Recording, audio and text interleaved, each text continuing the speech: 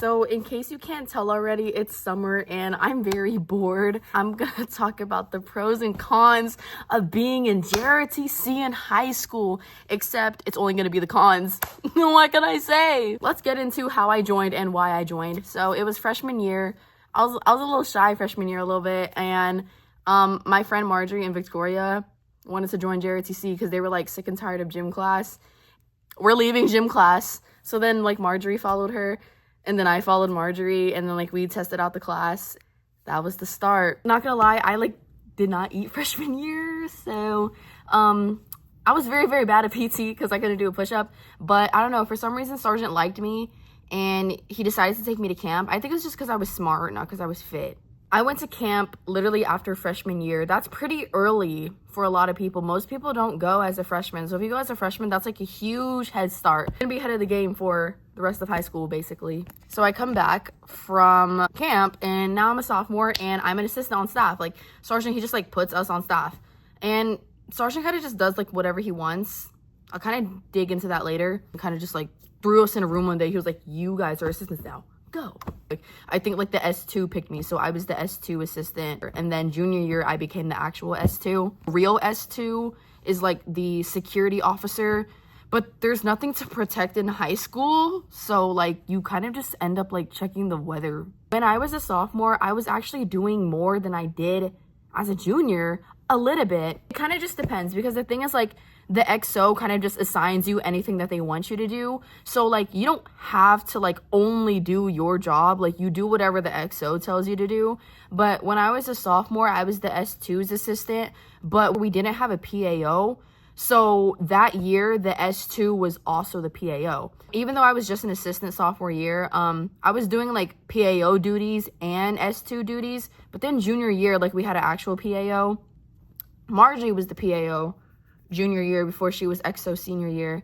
But like I felt like I was still doing a lot as the S2 junior year because I had an amazing XO, which was Fatima, and she gave me like a lot of tasks to do. Oh, she ran that shit like the Navy, bro. That's my XO right there. So yeah, that's kind of like my progress of like what I was each year. Oh, sophomore year, I was also a first sergeant. Yeah, I totally forgot about that. I was an assistant for most of the year, and then they like didn't have any first sergeants like near the end of the year. So me and Marjorie, like we randomly became first sergeants our sophomore year. I loved being a first sergeant because first sergeants are the ones who decide if you like pass a promotion board or not. Promotion boards can be so mean, but it's only supposed to test you. It's supposed to test you under pressure. Like don't ever take like a promotion board seriously. Some of y'all are so sensitive. Oh my gosh. Like, I promise no one on the board hates you guys. So freshman year, I was a PFC. Sophomore year, I was a first sergeant and a corporal. And then junior year, I was a first lieutenant. And then after second semester, I ranked up to captain.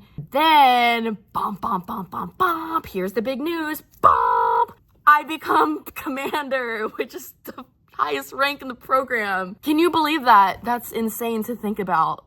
Why the fuck was I the highest rank in the JROTC program? I should try hard, bro. I don't even want to join the military. Why was I the commander? It's actually so funny looking back on it. The commander, bro. What the you do this, you do that, you do this. And after I become commander, everything just goes to shit. Let's dive into why you should not do JROTC. Everything that's wrong with JROTC. Let's go. I already made a list, so I'm gonna make sure I don't forget anything. I'm probably gonna think of more stuff as I go on. This video could be like an hour long, but we're not gonna dig too deep into it. Number 1, eating disorders and body dysmorphia. I feel like most people in JROTC probably did not go through this, but it happened to me, so I'm gonna talk about it. I'm not gonna lie, guys. We get weighed like almost every single time for the PT test, and that shit would make me crash out so badly. Especially because freshman year, I was anorexic. And it pisses me off so bad when I look back on it because like obviously like I was super skinny freshman year, and that's when everybody met me. And when I came back sophomore year recovered, everybody thought I got fat, but it's like, guys, like I'm just back at my normal weight, guys. Like sometimes I would like chew my food and spit it out. That's how bad it was. So it's like embarrassing to look back on.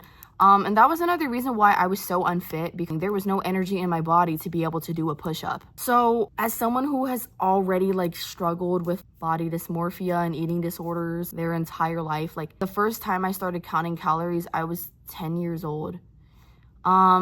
joining JROTC is probably not a good idea for you if you're in recovery, because babe, like, that's just a terrible idea. Like, first of all, you're working out constantly, and you kind of have to watch what you eat if you want to like reach specific fitness goals. Then on top of that, you're getting weighed like every 2 months. The thing is, like, in class, like, they just like yell your weight out loud. They're like 123, 137, 142, and it's like, guys, like, shh, like, damn, I don't want people to know how much I weigh. One time, one of the seniors who was grading me didn't know how to weigh me, and she wrote me down as 115. I was like, ooh, bitch, I wish I was 115.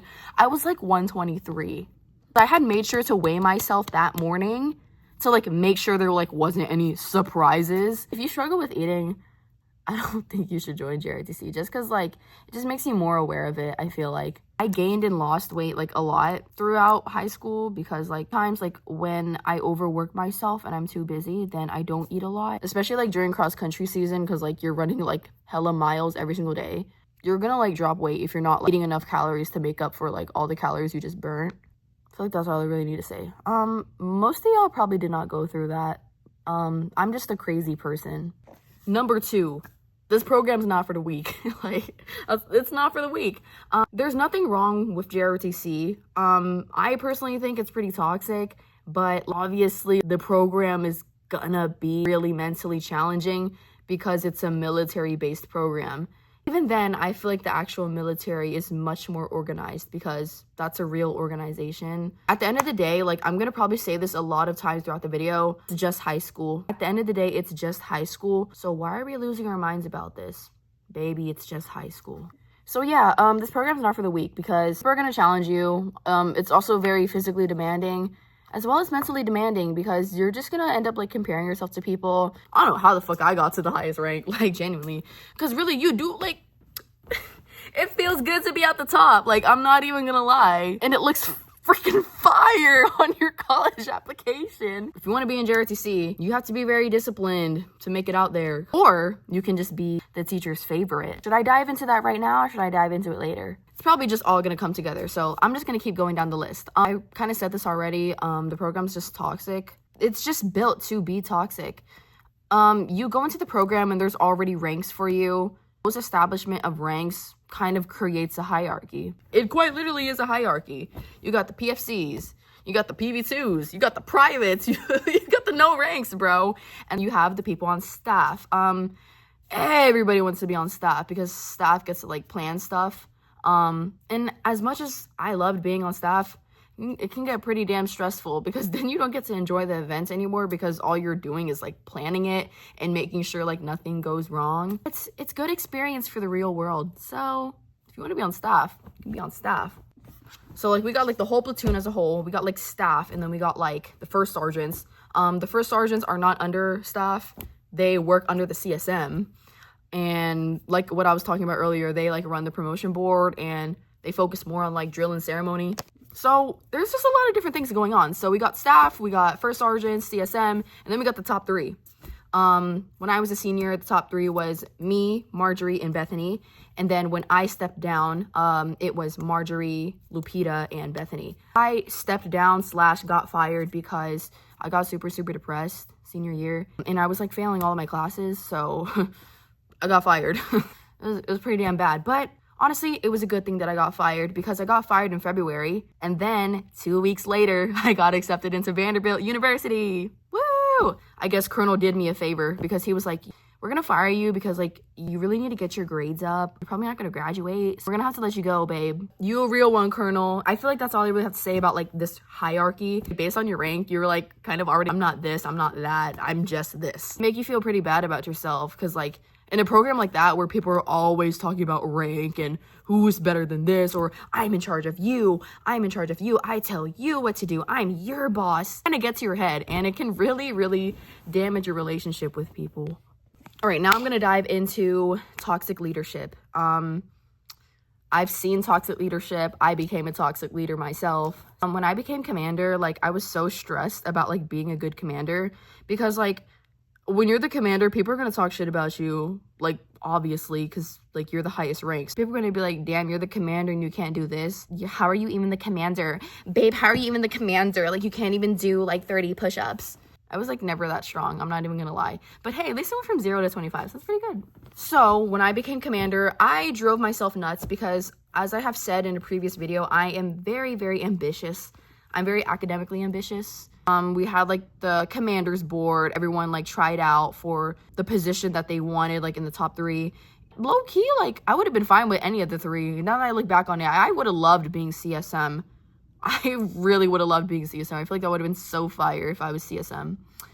XO would have been okay, but I was the S2. I couldn't really like see myself as the XO because I feel like there's like a pipeline of like S3 to XO. That stuff doesn't really matter. You can end up getting any position based on like how they see fit. Then they announced it at the award ceremony, and the new commander is Catherine Coxacey, and everyone's like, yeah, that's great. The pressure's on now because now everyone's expecting you to be like this perfect person because like, hello, I'm the highest rank in the program. So like people started talking shit. Oh yeah, after I became commander, they did like the staff switches like earlier in the year than they do now. And I actually noticed that because like they did not have the awards ceremony this year like until like so late in the year. So they didn't even have to like worry about like any like responsibilities with their new position until like the actual next year. Because for me, I had my staff position switch in like April because they announced the new positions in late March. We were already like planning stuff and like doing our new positions before like, senior year. So I love that they changed that because it lets you take your mind off things and have the summer to prepare for your new position senior year. Because everything went to shit after the staff switches because now I'm officially commander. I turned into this crazy leader because I'm like crashing out because I'm like, damn, everyone's gonna think I'm this terrible commander. So I need to be like the perfect commander. I gotta be like this super like bomb, bomb, bomb commander. Like you need to do bomb, you need to do bomb.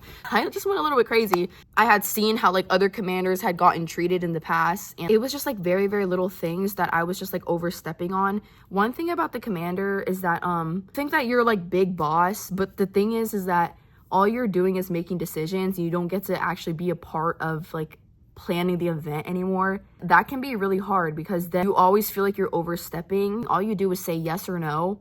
But then sometimes you don't even feel confident enough to make a decision. So I'm over here talking to the XO. The XO is like, should we do this or should we do that? And I'm staring at back here and I'm like, When I got super depressed senior year, that was like me half of the time. Like, I had a really bad brain fog when I was depressed. And I would be like, But like before I had like turned into like a fart. I like was super, super crazy. And I would be like, you need to do this. You need to do that. You need to do this. You need to do that. And I was just turning really mean because like Marjorie, she would like show me like a PowerPoint and I would go through it and be like, you made a typo for this, you made a typo for that, you made a typo for this. Babe, that shit was not necessary. It was only just making her feel stupid. And I feel so bad about that.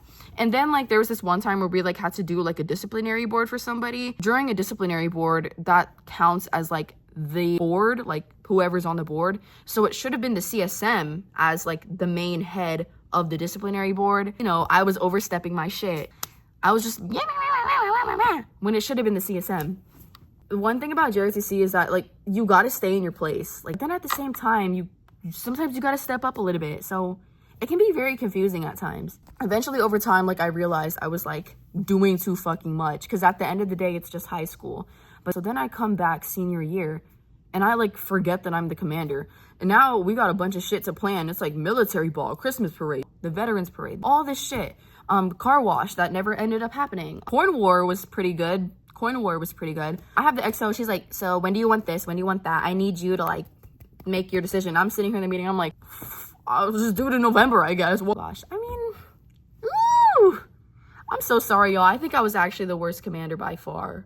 Let me know if I was. And not that I care. I don't really care if you think I was a bad commander or not because I fucking hate this program. Kind of like watched myself become a toxic leader. And then I came back senior year and then I wasn't even a leader anymore. I was just sitting there in the meetings and I would just like look like a fucking dumb ass. I would just sit there and be like, it's not that I didn't give a fuck. I gave a fuck too much. I drove myself nuts. You just always find out that someone's talking shit. But like half of the time, like they're not even like talking shit. Miscommunication, because like obviously someone's gonna be upset at you and you're probably upset at someone too because there's just so much going on in JROTC all the time. Like miscommunication is like bound to happen. I went from being like this bomb leader to being like a I don't know. You can decide. I was like so afraid of being like a toxic leader that I would just sit there and be like, oh, it's up to you guys. It's up to you guys. Babe, I'm the commander. Fuck you mean it's up to you guys. No, bitch, it's up to me. I know I was pissing everybody off in the staff meeting. I'd be like, oh, it's up to you guys.